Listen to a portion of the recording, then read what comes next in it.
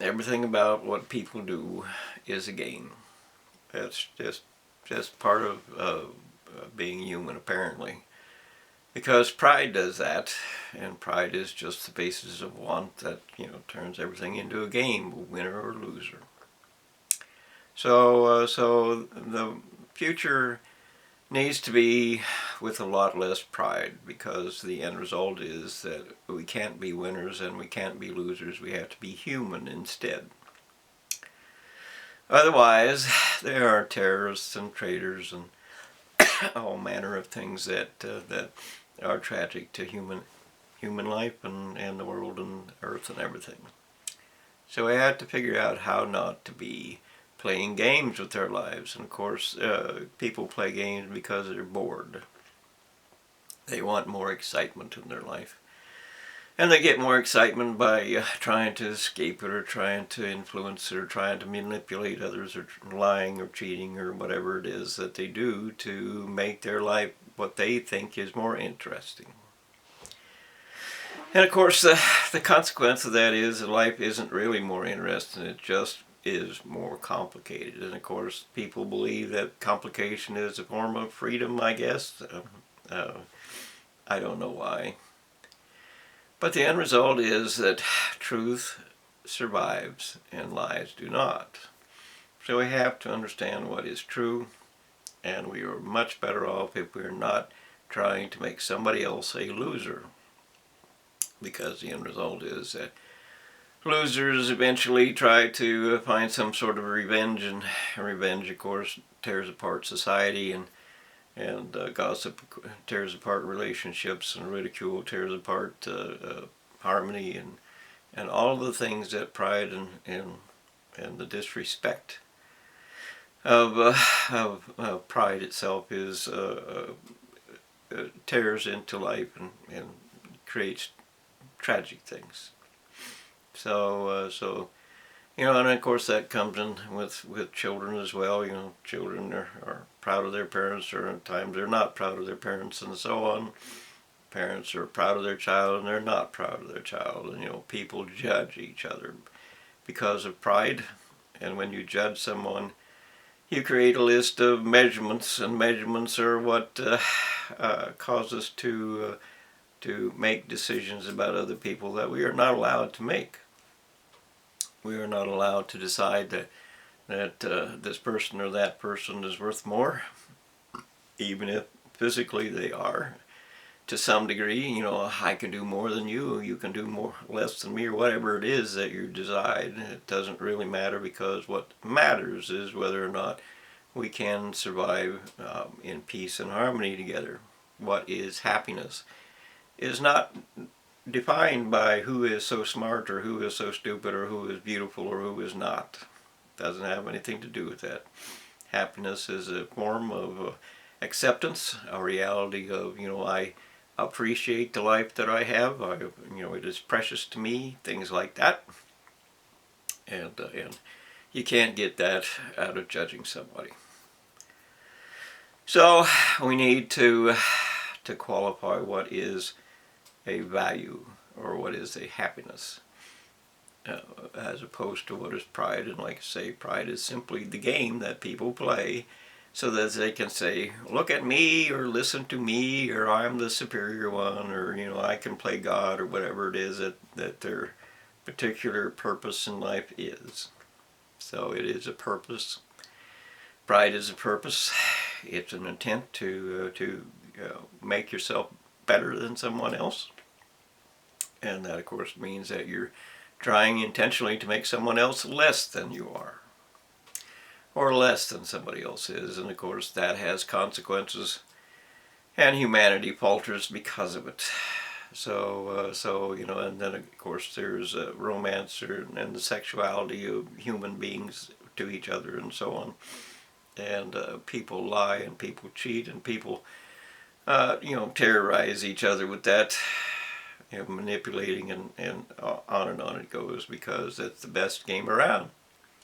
End result is that you get a trophy that somebody else wanted. So hey, look at me, look at me, look at me, I'm the winner. You can't really speak for women.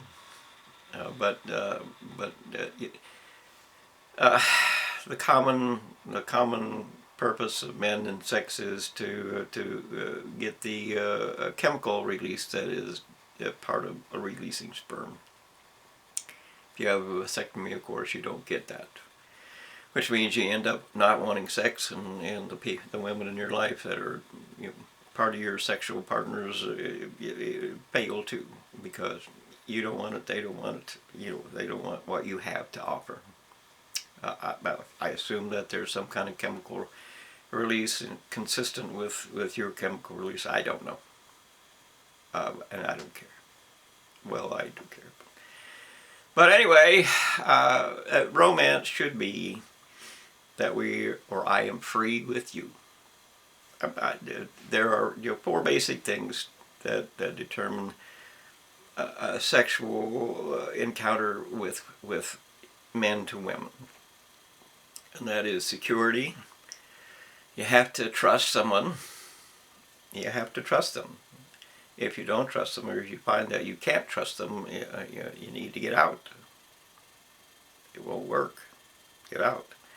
You need safety. You need to feel like I'm in a safe environment, so that I'm not going to be attacked in some form or fashion. You need true respect, because if there is no respect, there is no relationship. And respect, of course, is that I value you. You are precious to me. That kind of thing. And so it becomes apparent. And of course, as television proves and the television teaches you, liars and liars and liars are very good at lying. So you have to wade through the swamp of failure and the tragedy of fools to get to the purpose of who are you and what do you want from me. So we have security, safety, respect, and then we have the purpose of happiness, which is to be released from all your fears so that you can in fact be happy. And that means that instead of being reserved, and instead of fearing for what you might or might not do in this relationship, we can just be ourselves. And once we are simply ourselves, the miracle of life in us, released to be whatever it is that we actually believe, or we actually want to be, or we actually need to be, the purpose of our life becomes that expression of freedom. And when you have that expression of freedom, I think in general that between 2 people both experiencing freedom, you get to be actually in love. You actually get to experience the joy of having sexual relations, rather than the work or the chemicals or whatever it is that most people will never get beyond. So just for men, it has nothing to do with how long you can keep pumping on the post, so to speak. I mean, what the hell are you doing? But you need to stop making a game out of human life. If you don't stop making a game out of human life, pride will simply destroy you. We can't have winners and losers in a world of so many people, because 1 in a million. 1 in a million is still 8,200 people across the world. Well, you just look at it that way. 1 in a million. It's 8,200 people. So 2 in a million is more and more and more. And of course, if you are stealing from them, if you are manipulating them, if you are tragically impacting their lives, that's a big problem. You cannot underestimate the true reality of how much someone can affect your life. How much something can affect your life, because in my own past, too many times being told I'm pregnant turned into I can't do this anymore. There's just no possibility to do this anymore, because the end result is I have to do something else with my life. I have to fight for this life in this world, and that doesn't include children because they are a very big commitment. You can't just throw them away. You can't just, deny that they're there. You have to participate in their lives. It's something that you accomplished, or didn't accomplish, but it's something that you participated in. So, there's an endless amount of things that affect us all and provide for us all what will be our happiness or what will not be our happiness. And of course, as far as sexuality goes, you actually are not prepared for dealing with all the problems that come with sexuality when you're young. You're not. Because, and all the children will say, I am so, but when it comes down to you made a decision that's going to affect the rest of your life, you're not ready for that. And you're not ready for the fear of that.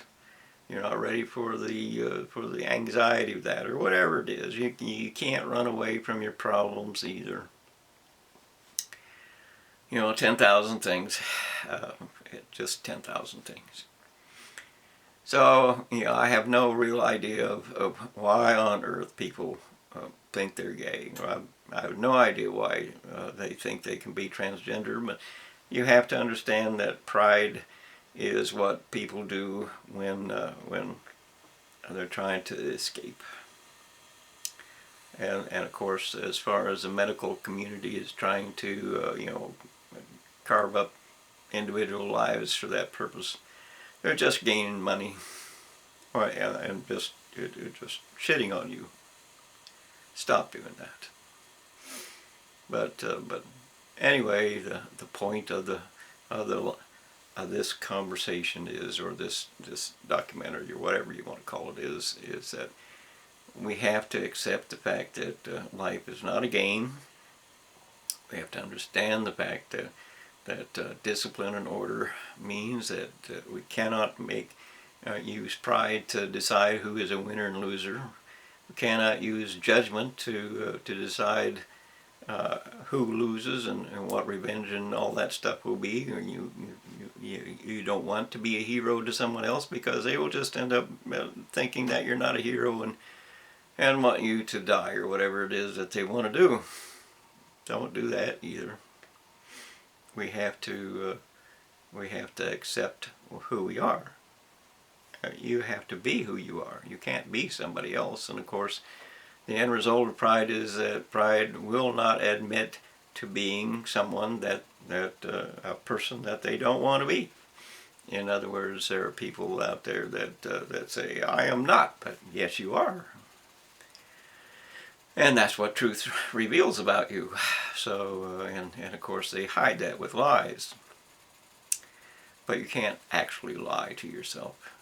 Truth is truth is truth, and you can't escape it.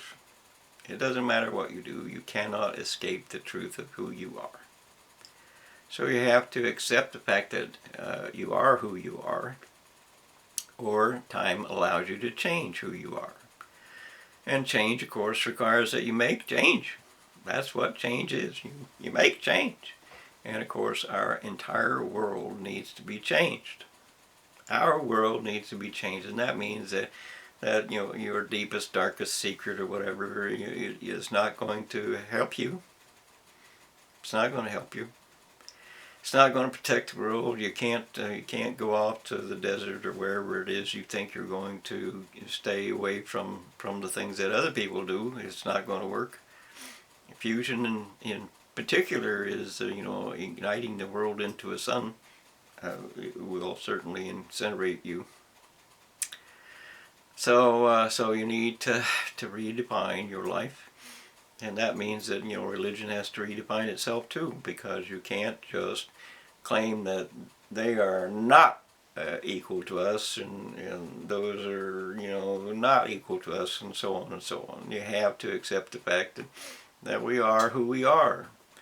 And only truth can decide who we are, and only truth will decide what our eternity will be. And that, of course, is what religion is about in the end. That's the summary of religion, is is what will eternity be for us, for me or you, and it is truth that decides that. Only truth survives, and every truth has a consequence. So you need to accept that, and you need to not judge other people because ridicule and gossip and, you know, the cry for war and all of that ends up with the tragedy of who you are going to become. You can't go you wallowing in the sewer with the rest of them and expect to come out clean. It's not going to happen. You have to let the law decide wherever the law can be of value, and you have to accept that well, you have to accept that the things that we do have a consequence. And really, you just have to accept that.